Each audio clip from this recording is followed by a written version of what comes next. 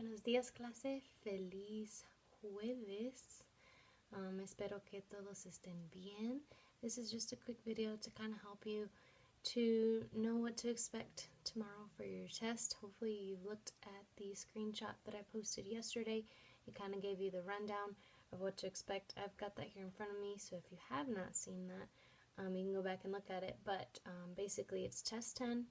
Chapters 23 through 26, and Mrs. McLam did explain why in this case there are 4 chapters rather than just the 3 like it usually is, just because all of it was about the same topic: future tense and conditional tense, regular and irregular. So just know that is the major bulk of the test. Half of your test is verbs, so that's a place to really park and really work on to study to get ready for tomorrow, but we'll talk about that here in just a minute. So like I said, 50 total questions. It will include future tense, regular and irregular, and I listed those page numbers, which again they're page 454, 466, and 467, and we'll go through those here in a minute. Conditional tense, regular and irregular, and those are on page 480 and page 494. There will be a short vocab section, as we usually do. We'll be matching as it normally is, but they will only cover chapter 26 words. Only chapter 26 words. I believe she announced that it would be 23 through 26, but we've already been quizzed on the rest of those chapters, so I'm only going to be testing you on chapter 26 because we have not been quizzed on that chapter. Going along with that, we will not have a quiz for chapter 26 on Tuesday. Okay, there will be no quiz for that. So there's still words that you'll want to know for future tests and so on and so forth, but you will not have a quiz for those on Tuesday. Then we will have a translation section, which, depending on when you watch this, you may have already seen it or may not, but the lesson for today, she covers all of page 570, which is the pink page in the back, and they just practice translating these sentences, and they are from chapters 23 through 26. Your translations will come from any of those, or any variations of those. So make sure either you take really good notes while you watch that video today, or if you've already watched it and kind of zoomed through it, go back and look over those again. They do put up all the answers on the board, and she does make corrections to each of those there. And then the last section, we're still going to do a lectura section, and she did take a whole class period in lesson 138, which I think was last Monday, to discuss El Arresto de Jesús lectura, which is on page 473 and 474. And again, I think they did it for homework, but they go over all the answers for that whole section. So actually, you might have to go back. If they did it for homework, they might go over the answers in lesson 139, but I know they discuss exactly what the whole thing means in lesson 138. So they'll take turns reading it, and then they take turns translating it. But I will pick questions from page 474, and again, they go over all of those. So if you took good notes, then you're great. You can just go study your notes. If not, you'll have to go back and look those up, or just study it, read it, and figure it out like we did in class as we were coming along during the school year. Okay, so again, 50 questions, and those are all listed on the dashboard. It's in a screenshot that I posted yesterday. But before I end the video here, I just kind of wanted to go through some of the pages and kind of just give you a heads up and just kind of pinpoint different things. Like I said, the major part of the test is going to be the verbs. So I've got my book open in front of me here. I don't know if that will help for you to be looking at it as well. But I'm on the future tense section on page 454.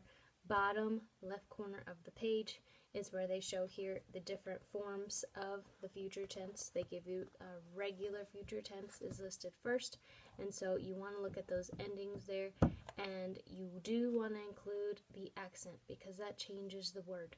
So all of them have the accent except for the nosotros form. In my book, I had to fix a typo. I don't know if she had to fix a typo in your book, but in the yo form, there's no accent in the book, and there should be. All of them should have an accent except for the nosotros form. So just practice in there. Hablaré, hablará, hablarás, hablaremos, hablará, hablarán. And just so you know, on the test there will be two forms of it. Okay, you will have sometimes where it's listed in English and you just give me the Spanish word, or it might be in Spanish and you, wait, I said that wrong. Let me just show you what I wrote out so I don't confuse myself. Okay, so the question could look two ways. It could either say you will speak and you need to write hablará, okay, and I won't even require you to have the pronoun. I'm sorry if this is backwards to you, but the question could say you will speak and you just need to have hablará, or I could have the pronoun and the verb, so nosotros and comer, and you need to come up with the answer comeremos. Okay, so it could come up two ways there, and I will use verbs that you should know, verbs that are included in the chapter, verbs, you know, to go, to come, to eat, to live. Definitely the irregular verbs will be in there, so just make sure you study that list as well. Okay, and that list is on page 466. Well, I'll go ahead and turn there. Okay, and they show you the three different types of those verbs: delete E, substitute D, and the major change. If you memorize those verbs in those formats, it should help you very much to be able to conjugate them correctly. Okay, and so those are on page 466. 467, I kind of like the way it's already set up. If you struggle memorizing in the three sections and it's easier for you to just memorize what it already looks like, they give it to you in a STEM form on 467. They give it to you in a STEM form, so then you just memorize, okay, SABR goes with the verb saber, SABER. So I don't even have to try to remember, okay, delete E. Just remember SABR is the stem that I need to use for that verb. And the endings are all the same. Okay, so those are your regular and irregular future tense verbs. Then into your conditional, those are on page 480. Okay, same idea. The endings should look, the endings are different here. When we get to it here, I'll point out something else that you can help to make in common. Okay, so conditional starts on page 480, and basically it translates I would do something. So you haven't done it, but I would do it. If this, I would do that. And so it kind of explains the meaning on page 480 and 481. You see the actual endings on page 483. Okay, 483. So I guess that would be a change from the screenshot, but conditional does start on page 480 to explain what it is. 483 is what has the endings for you. So if we were using the word hablar again, hablaría, hablaríamos, hablaría, hablaría, hablarían. And all of these have an accent. Up to this point, nosotros usually doesn't follow the pattern. In this regard, nosotros does have the accent on the I there. Okay, so those are your regular conditional tense, conditional endings. Okay. Then your irregular is on page 494, and those use the same stems as the irregular in the future tense. So if you needed to go back and look at that page on 467 where it already has the stems written, you're going to use those same stems. You're going to just change the endings for conditional. So sabría, habría, podría, querría. Okay, and remember, H-A-B-R comes from the verb H-A-B-E-R, which means to to exist. So there is there are whatever. So there are books. There are books. Hay libros, right? So there would be books in a library. Habrían libros en la librería. Okay, so that's how you're going to use that verb there, haber. Okay, then the next section, vocab. Okay, that's chapter 26 words, and I've got those over here as well. Okay, so those are going to be the words that you actually just practiced with for your homework just a couple days ago. So with regard to, according to, so con respecto a, then you had like and unlike. So como, a diferencia de, so those are your vocab words. And remember, those are just a matching section, but just make sure you study those 2 pages there of vocab. Only chapter 26. Page 570 is where your translations will come from. Okay, that's the pink page towards the back of the book, and those are discussed today in lesson 145 in today's current lesson. They go through every single one, they write every single answer on the board, and she corrects them as they go along. So just make sure you take good notes there. And then the last thing that I've got listed is the lectura, which is on page 473 and 474. And again, they do discuss that in lesson 138. They go through the whole lecture, reading it, translating it, explaining it. So just make sure you either, hopefully you took good notes then, and then you just can go back and look over your notes for that. But if not, you will have to go back and look at that section on page 473.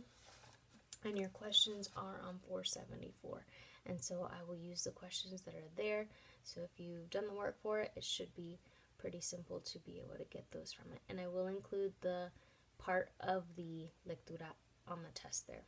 Okay, speaking of the test though, last thing I want to tell you, just to make it simpler for me and just for everyone so that we're making sure we're doing the same thing, I will post the test. It will be an attachment. It's not going to be like the quizzes that we've taken.